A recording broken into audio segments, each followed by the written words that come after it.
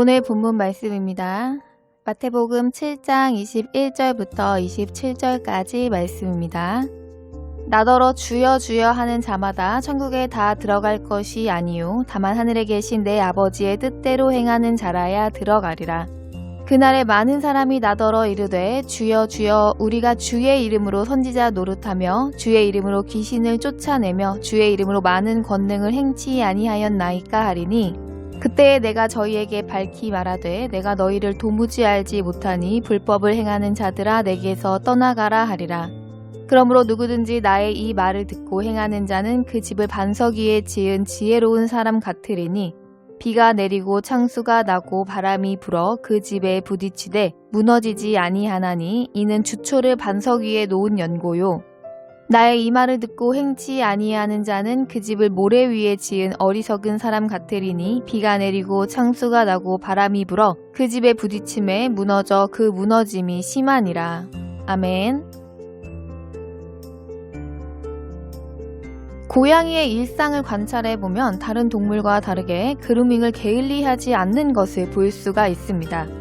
고양이는 무엇을 먹든지 혹은 무엇이 자기 몸에 닿았던지 간에 시시때때로 자신의 털에 이물질이 묻지는 않았는지 열심히 자신의 몸을 닦아 깨끗게 합니다.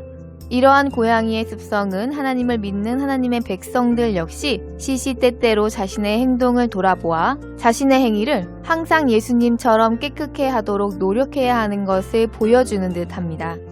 오늘 본문 말씀은 우리로 하여금 모래 위에 집을 짓지 말고 반석 위에 지어야 함을 말씀하고 있습니다. 모래와 반석의 특징은 무엇입니까? 모래는 그 모양이 쉽게 변하는 것입니다. 그러므로 모래 위에 집을 짓는다는 것은 그때그때 삶이 변하는 사람의 마음을 의미하는 것입니다. 즉 교회에 오면 교회에서는 하나님이 보시고 또한 교우들이 본다고 생각하기에 교회에서만은 아주 모범신자로 살고 또 교회가 아닌 곳 사회에 나가서는 세상 사람들이 자신을 본다고 생각하기 때문에 세상의 삶에 아주 충실한 사람으로 살아가는 사람을 모래 위에 집을 지은 사람들이라고 할 수 있습니다.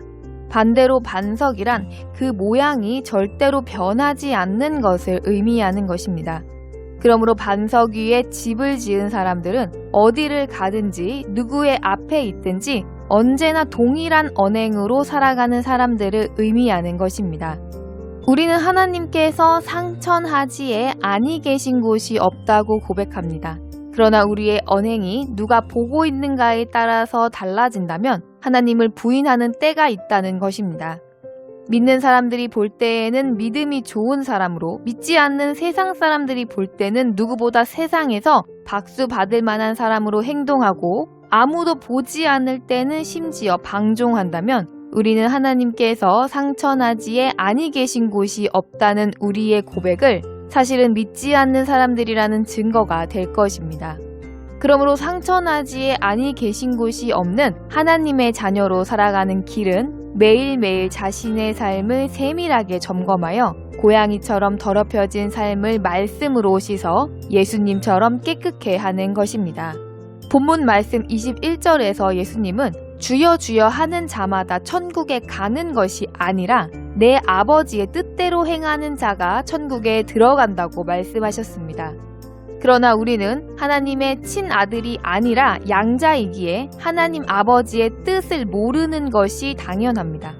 그러므로 오직 하나님의 친아들이신 예수님만이 하나님의 뜻을 아시기에 우리는 예수님, 즉 하나님의 친아들 예수님의 이 땅에서 삶을 자세히 살펴보아 예수님을 본받아 자기를 부인하고 하나님의 말씀에 순종하는 삶을 살아야 합니다.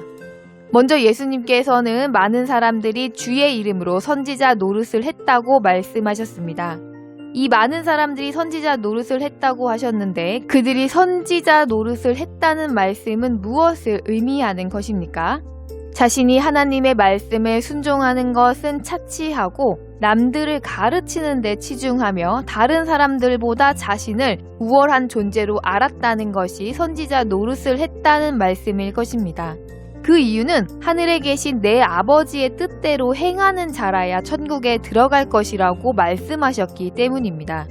구약의 위대한 선지자 중 한 사람이었던 이사야는 귀한 신분을 가진 사람이었지만 하나님의 말씀에 따라서 벗고 다니라고 하시면 벗고 다녔고 썩은 것을 메고 다니라고 하시면 썩은 것을 메고 다녔습니다. 예수님께서는 스스로 선지자 노릇을 했다고 하는 이들을 도무지 알지 못한다고 하셨습니다. 자신들이 스스로 선지자 노릇을 했다고 주장하더라도 구약의 선지자들처럼 예수님의 그림자의 역할을 제대로 감당하지 못했다면 그것은 불법을 행한 것이라 말씀하십니다. 자신들이 스스로 선지자의 역할을 했다고 주장하는 자들과 다르게 예수님께서 상을 주셔도 왜 주시는지 알지 못하는 자들도 있다고 마태복음 25장에서 말씀하셨습니다. 이들은 예수님께 나아와서 우리가 언제 주님을 돌아보았으며 목마르실 때 물을 마시웠는지를 묻습니다. 우리들이 진정으로 사랑하는 관계라면 내가 상대방을 위하여 한 일을 특별하게 기억하지 못합니다. 부모가 자녀를 사랑으로 양육하면서 밥을 몇 번이나 해서 먹였으며 빨래를 얼마나 해주었는지, 돈은 얼마를 사용하였는지, 정성을 얼마나 쏟았는지를 계산하지 않는 것과 마찬가지입니다. 그러므로 주님을 진정으로 사랑하는 자는 선지자 노릇을 했다고 주장하지도 않으며 귀신을 쫓아내었다고 스스로 옳은 일을 했다고 자랑하지도 않을 것입니다. 스스로를 예수님 앞에서 무엇을 했는지 드러내고 주장하는 자들을 향하여 예수님께서는 바로 불법을 행한 자들, 즉 마음이 예수님과 다른 자들이라고 하시면서 자신에게서 떠나가라고 말씀하십니다. 그러나 24절에서는 예수님의 한없는 자비하심이 나타납니다. 우리가 지금까지 불법을 행하였고 죄를 지었다고 할지라도 지금 이 말씀을 듣고 죄를 깨달아 말씀대로 행하는 일을 바로 반석 위에 집을 짓는 지혜로운 자라고 말씀하셨습니다. 사실 모래 위에 집을 짓든 혹은 반석 위에 짓든 평안하기만 하면 아무 문제는 없을지도 모릅니다. 그러나 태풍이 불고 홍수가 나면 문제가 드러납니다. 비가 내리고 창수가 난다고 하는 것은 환란이 오는 경우입니다. 하나님의 사람인 우리들이 악인의 꾀를 쫓는 사람들이 세상적으로 형통함을 봄으로써 마음이 요동하는 때가 오는 것도 비가 내리고 창수가 나는 한 가지 경우가 되는 것입니다. 그때 모래 위에 집을 지은 자는 그 집의 무너짐이 심하다고 말씀하셨습니다. 모래는 외부에서 힘이 가해지면 쉽게 변형되므로 우리 마음의 반석이신 예수님을 주인으로 모시고 순종하는 삶이 아니라면 비바람과 창수, 즉 근심, 걱정, 두려움이 닥치는 때에 심하게 무너지게 될 것입니다. 그러나 우리가 어디를 가든지 하나님의 자녀로 예수님처럼 오직 말씀대로 순종하여 누구를 만나든지 어떠한 상황이든지 믿음으로 행한다면 믿는 자에게 능치 못함이 없다고 말씀하신 하나님께서 그 말씀대로 이루실 것입니다. 신불신을 막론하고 이 땅에서는 언제나 마음이 요동할 수 있는 요소들이 삶의 주변에 항상 가득합니다. 그러나 하나님의 자녀인 우리는 하나님을 예수님처럼 한결같이 의뢰하는 마음일 때 반석 위에 집을 지은 자들로 하나님께서 친히 증명하실 것입니다.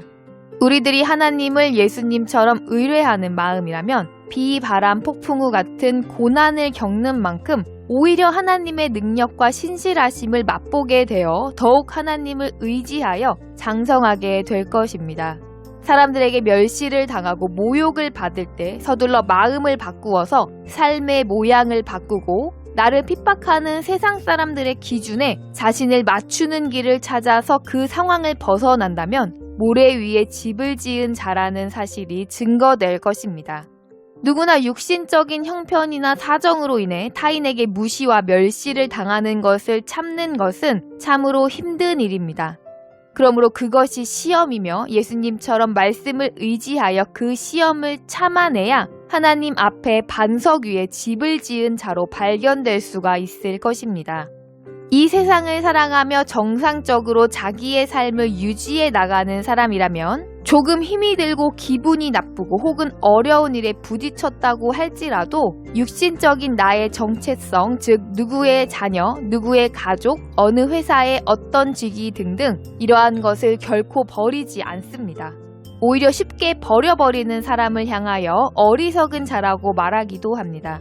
그러나 하나님을 아버지라 부르면서 하나님의 자녀로서 복 있는 자로서의 정체성은 작은 어려움을 만나더라도 너무나도 쉽게 버리고 세상 사람들 사이에서의 나의 정체성, 즉 누구의 자녀, 누구의 가족, 어느 회사의 어떤 직위 등등 이러한 것을 더 소중하게 여기는 마음이라면 지금 돌아보아야 합니다. 우리는 예수님께서 십자가를 우리 대신 져주신 놀라운 은혜를 기억하지 않으면 마음이 요동하게 됩니다. 우리가 죄로 죽은 옛사람을 멸시하고 조롱하는 것을 견디지 못해 십자가에서 새 생명으로 거듭난 산 사람, 복 있는 자로서의 나의 정체성을 외면한다는 것은 너무나도 어리석은 망령된 행위임을 기억해야 합니다. 하나님께서는 잠언서에서 말씀하시기를 무릇 지킬 만한 것보다 더욱 내 마음을 지키라고 하시면서 생명의 근원이 이에서 난다고 말씀하셨습니다. 마음을 지킨다는 것은 하나님의 자녀로서 참아야 할 것을 참고 끝까지 견뎌내는 것이 마음을 지키는 것입니다. 마음을 지키는 것이 곧 반석 위에 집을 짓는 것입니다. 예수님을 믿고 교회를 다니면서 종교 행위에는 열심을 내지만 하나님의 말씀대로 순종하는 삶은 뒤로하고 차후로 미룬다면 모래 위에 집을 짓는 사람입니다. 세상 사람들 사이에서 세상 풍조에 따라 민감하게 대응하여 뒤떨어지지 않으며 호평을 받기 위해 열심을 내면 잠시는 만족할 수 있으나 하나님의 자녀로서 마음은 지킬 수 없을 것입니다. 하나님의 자녀로서 마음을 지킬 수 없는 삶이 모래 위에 집을 짓는 사람의 삶인 것입니다. 우리 모두 지금 말씀을 들은 이 순간부터 자녀의 마음으로 말씀대로 행하여 반석 위에 집을 지은 지혜로운 자들이 되어 비가 오고 창수가 나도 요동함이 없이 하나님을 기쁘시게 하는 자녀들이 다 되시기를 바라며 주 예수님의 이름으로 축복합니다.